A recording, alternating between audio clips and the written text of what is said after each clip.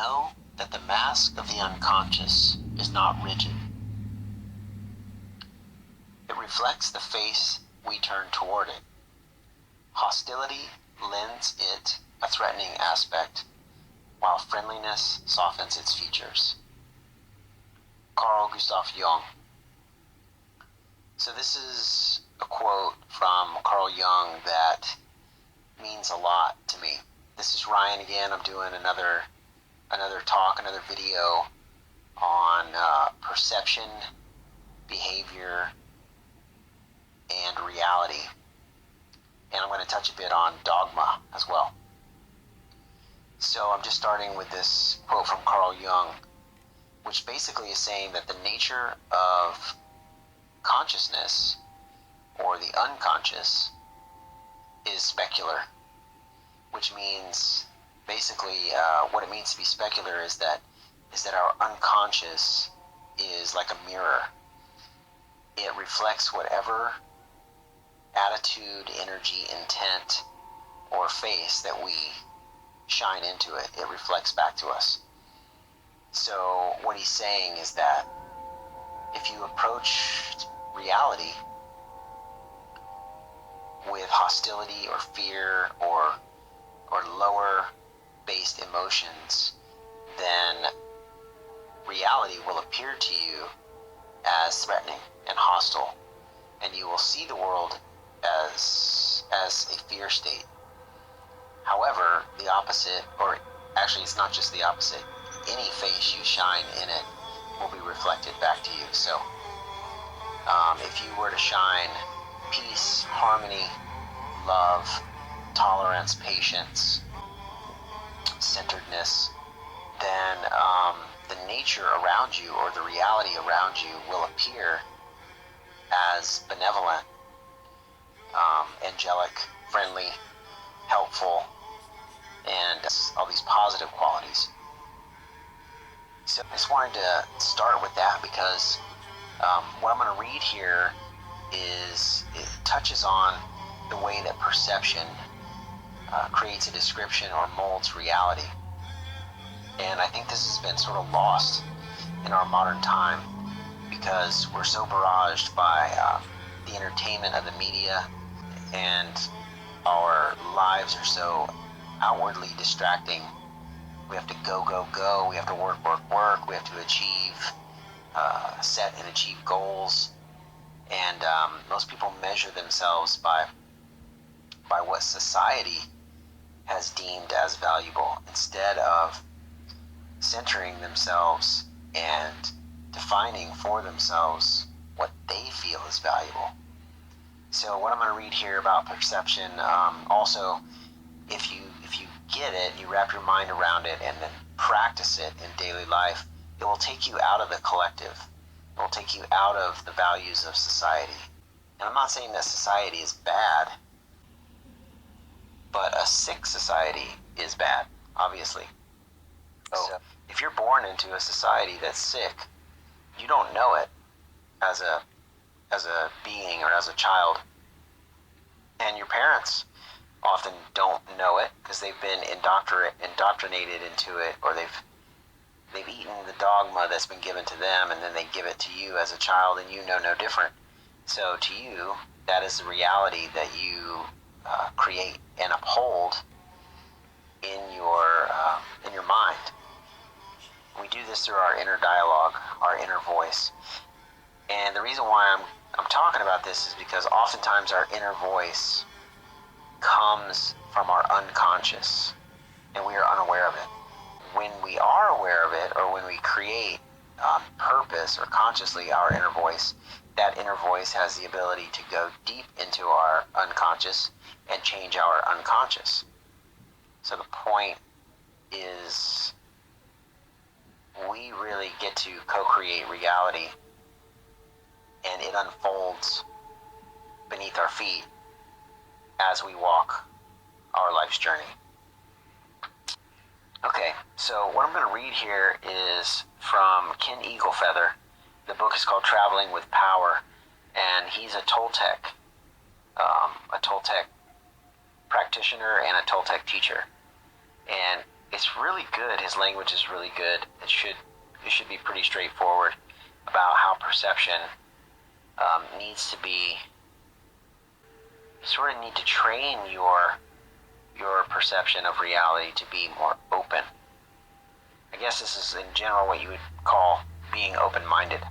But if you're not open-minded, you may not even realize it, but you are just oftentimes trained into the society's dogma or a particular religious dogma or a political dogma or the agenda of just the group, your closest social group, the people that you value and keep close to you in your life.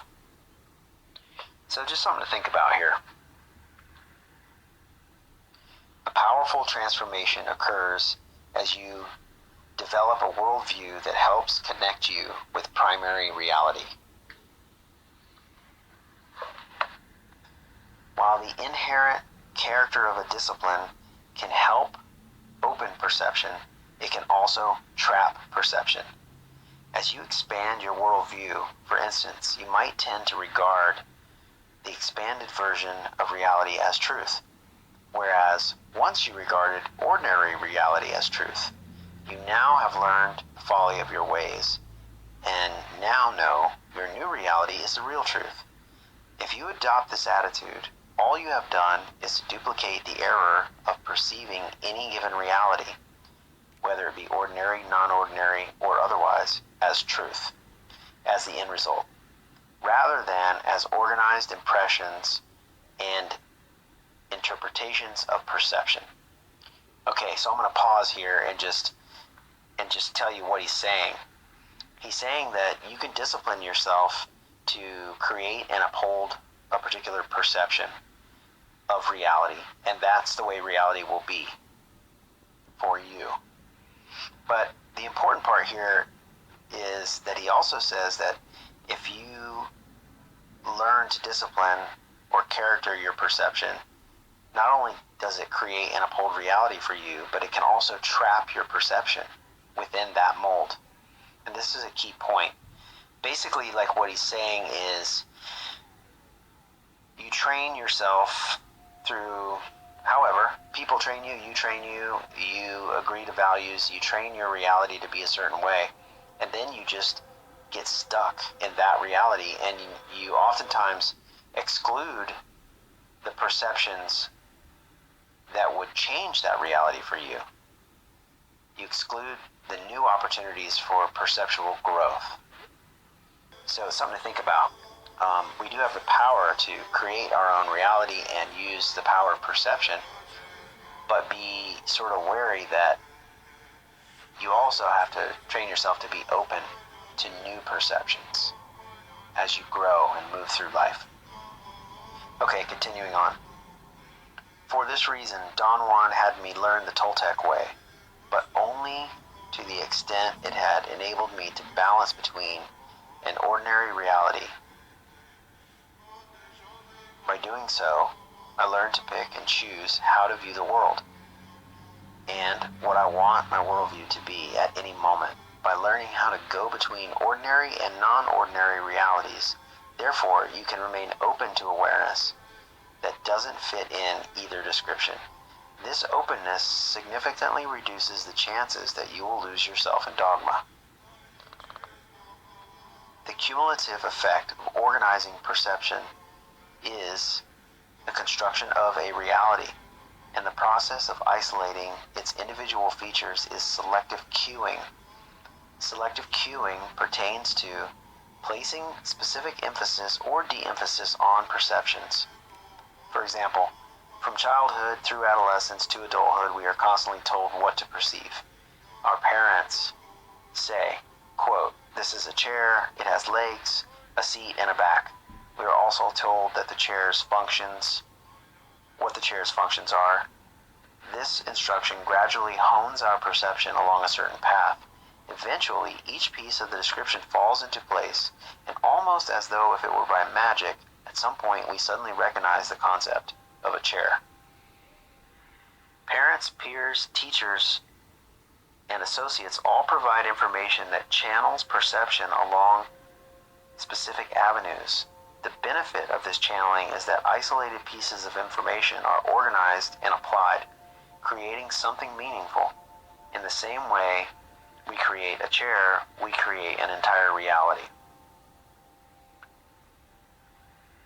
The cost of this natural activity of selection is the amount of energy directed to specific features you are asked and sometimes demanded to accept, thereby excluding other perceptions.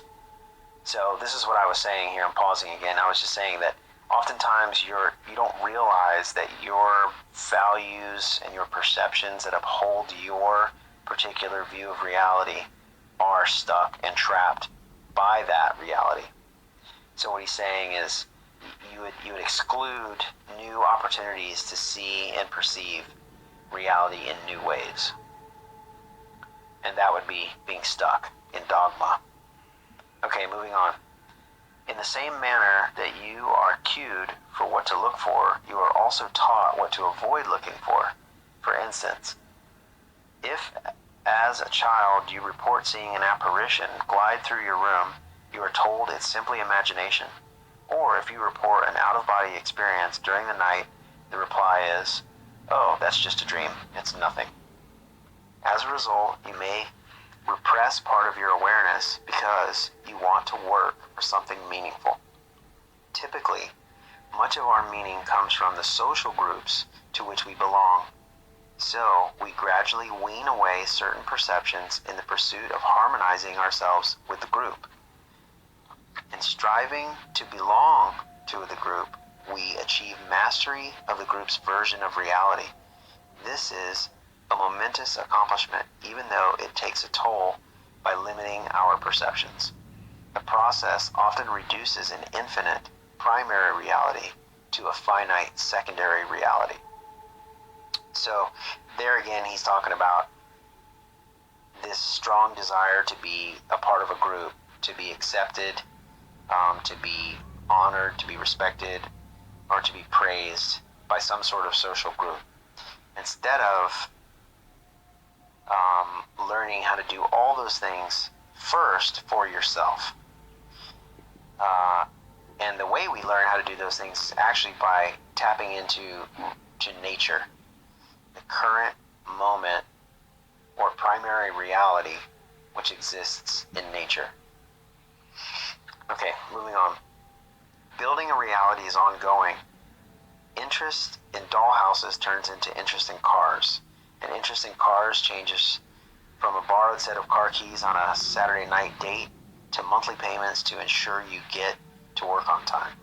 Perceptions, meanings, values change as your world changes, and your world changes as your values change. Piece by piece, through adding and subtracting elements of your worldview, fall into place or are removed as you construct an entire reality. Your reality then determines what you think about. What you think about determines what you perceive. What you perceive determines your behavior. How you behave determines what you think about. Thought, perceptions, and behavior all work hand in hand with give and take. Okay, so I'm stopping there. So just something to think about. I'll bring it back to Carl Jung. Basically that the nature of reality that we're in, or I shouldn't say in, but the nature of reality that we're a part of and we are interconnected to reflects back to us our approach to it, our jumping off point. So as you walk through the world, you're really walking through yourself. Your outer landscape is a reflection of your inner landscape. All right. Hopefully you guys enjoyed this, and thanks for listening.